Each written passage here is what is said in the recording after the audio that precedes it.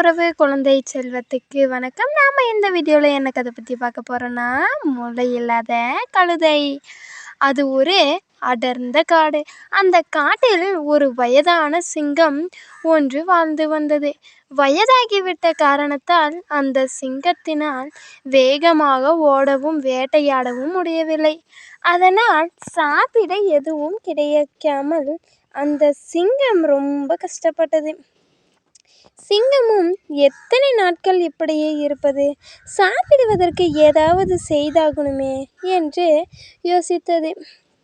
யோசித்து கொண்டே இருக்கும் பொழுது அந்த பாதையின் வழியே குள்ள நரி ஒன்று வந்து கொண்டிருந்தது. உடனடியாக சிங்கம் இந்த நரியை தவிர வேறு யாரும் இந்த மாதிரி வேலைக்கு சரிப்பட்டு வர மாட்டார்கள் என்று நினைத்தது. சிங்கமும் உணவை சேகரித்து விட்டு வந்த குள்ள நரியை உதவியாளனாக நியமிக்க முடிவு செய்தது. உடனே சிங்கம் நரியை வரவழைத்தது. இனிமேல் நீதான் என் மந்திரி, உன்னை கேட்டுதான் எதையும் செய்வேன் என்று சிங்கம் அந்த குள்ள நரியிடம் கூறியது. நரியால் சிங்கத்தின் பேச்சை நம்ப முடியல. ராஜா, உங்களுக்கு மந்திரியா இருக்கிறதுக்கு என்ன அதிர்ஷ்டம் என்று நரி சிங்கத்திடம் கூறியது. உனக்கே தெரியும், இந்த காட்டுக்கே நான் தான் ராஜா.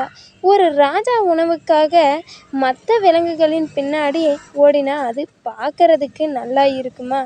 அதனால் எனக்கு தேவையான உணவை நீ எப்படியாவது ஏற்பாடு செய்யணும், அதுதான் உன் முதல் வேலை என்று சிங்கம் நரி பயந்து போய் நின்றது. சிங்கத்துக்கு எப்படி நம்மால் சாப்பாடு போட முடியும் என்று யோசித்தது. சிங்கமும் அந்த நரியை விடவில்லை. நீ ஒரு நாளைக்கு ஒன்னொன்று தினமும் ஒரு விலங்கை எனக்காக கூப்பிட்டு வரணும். நீ தான் கெட்டிக்காரனாச்சே, ரொம்ப சுலபமாக செஞ்சிடுவேன்னு எனக்கு தெரியும் என்று சிங்கம் நரியை புகழ்ந்து பேசியது. சிங்கத்தின் புகழ்ச்சி பேச்சில் மயங்கிய நரி ஒப்புக்கொண்டது. சிங்கத்துக்காக உணவு தேடும் வேலையில் இறங்கியது. நரி அப்போது ஒரு கழுதையை எதிரில் வந்தது. கழுதையிடம் போய், நண்பா, எங்கே ரொம்ப நாளாக ஆளையே காணோம், எங்கே போயிட்ட என்று இங்கேயே தானே நானும் சுற்றிட்டு இருக்கேன், என்ன விஷயம் என்று கழுதை கேட்டது.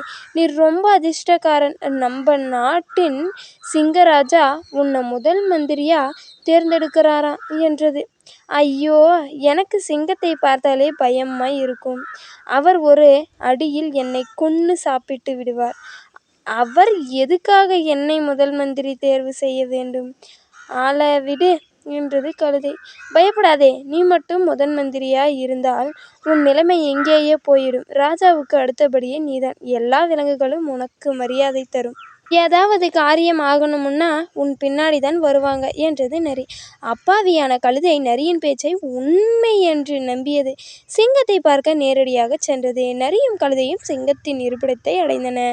சிங்கம் கழுதையை பார்த்து சிரிச்சுக்கிட்டே, வா நண்பா, இன்று முதல் நீதான் என்னோட முதல் மந்திரி என்று கூறியது. கழுதையும் மகிழ்ச்சியில் துள்ளி குதித்து வெட்கத்துடன் தலை குனிந்து படியே சிங்கத்துக்கு அருகில் வந்து நின்றது. சிங்கம் அதன் தலையில் ஓங்கி ஒரு அடி அடித்தது. கழுதை அந்த நிமிடமே உயிர் விட்டது. சிங்கம் கழுதையை சாப்பிட ஆரம்பித்தது. மகாராஜா, கொஞ்சம் பொறுங்க, என்னத்தான் பசியாக இருந்தாலும் ஒரு ராஜா குளிக்காமல் சாப்பிடக்கூடாது இல்லையா என்று சிங்கத்திடம் நரி கூறியது.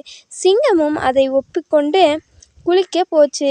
நரி கழுதையின் உடலை பார்த்து அதற்கு ஒரே பசி. கழுதையின் தலையை கிழிச்சு மூளையை எடுத்து சாப்பிட்டது. குளித்துவிட்டு வந்த சிங்கம் கழுதையின் உடலை முன்போல் இல்லையே என்று கண்டுபிடித்தது. கழுதையின் தலை ஏன் கிழிந்து உள்ளது, உள்ளே ஒன்றுமே இல்லையே என்று சிங்கம் கேட்டது. என்ன மகாராஜா, உங்களுக்கு தெரியாதா? கழுதைகளுக்கு எல்லாம் மூளையே கிடையாது என்று நரி சிங்கத்திடம் கூறியது. சிங்கமும் நரியை நம்பவில்லை. அது எப்படி மூளை இல்லாமல் இருக்கும், பொய் சொல்லாதே என்று சிங்கம் கேட்டது. கழுதைக்கு மூளை இருந்தா என் கூட வந்திருக்குமா என்று நரி சிங்கத்திடம் கேட்டது. நரி சொல்வதை சரிதான். சிங்கம் அமைதியாகியது. இந்த சேனலை பிடிச்சிருந்தா சப்ஸ்கிரைப் பண்ணிக்கோங்க, கூடவே ஒரு லைக்கும் போட்டுக்கோங்க. அப்போ தான் நாங்கள் போடுற வீடியோ உங்களுக்கு வர சொல்லுங்களேன்.